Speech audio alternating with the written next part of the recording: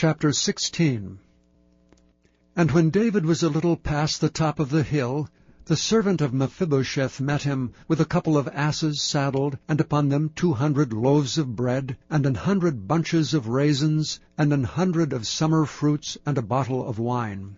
Then said the king unto Ziba, What meanest thou by these? And Ziba said, The asses be for the king's household to ride on, and the bread, and summer fruit for the young men to eat, and the wine, that such as be faint in the wilderness may drink.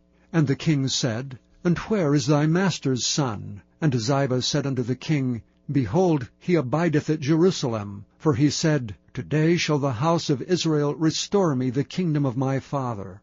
Then said the king to Ziba, Behold, thine are all that pertaineth unto Mephibosheth. And Ziba said, I humbly beseech thee, that I may find grace in thy sight, my lord, O king.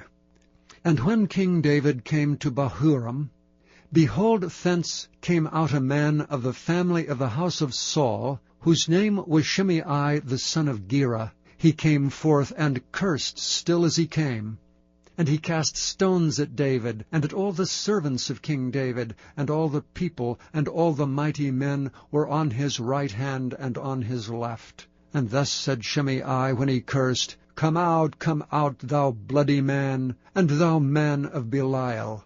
The Lord hath returned upon thee all the blood of the house of Saul, in whose stead thou hast reigned. And the Lord hath delivered the kingdom into the hand of Absalom thy son, and behold, thou art taken in thy mischief, because thou art a bloody man. Then said Abishai the son of Zeruiah unto the king, Why should this dead dog curse my lord the king? Let me go over, I pray thee, and take off his head.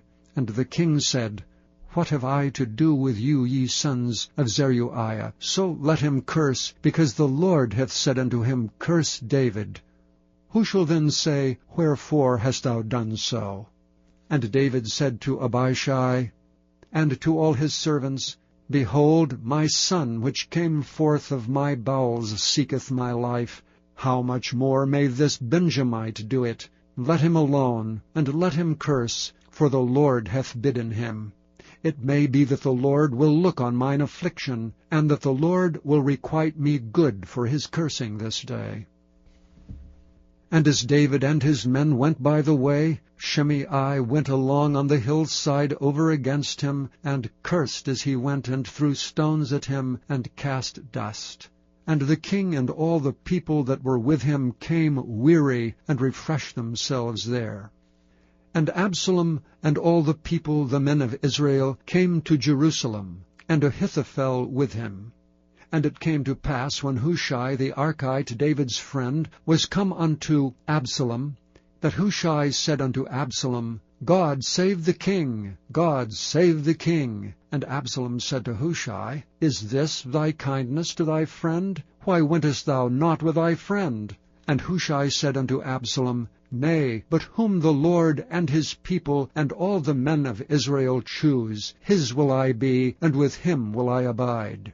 And again, whom should I serve? Should I not serve in the presence of his son? As I have served in thy father's presence, so will I be in thy presence.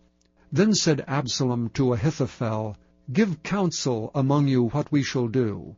And Ahithophel said unto Absalom, Go in unto thy father's concubines, which he hath left to keep the house, and all Israel shall hear that thou art abhorred of thy father. Then shall the hands of all that are with thee be strong. So they spread Absalom a tent upon the top of the house, and Absalom went in unto his father's concubines in the sight of all Israel. And the counsel of Ahithophel, which he counselled in those days, was as if a man had inquired at the oracle of God. So was all the counsel of Ahithophel, both with David and with Absalom.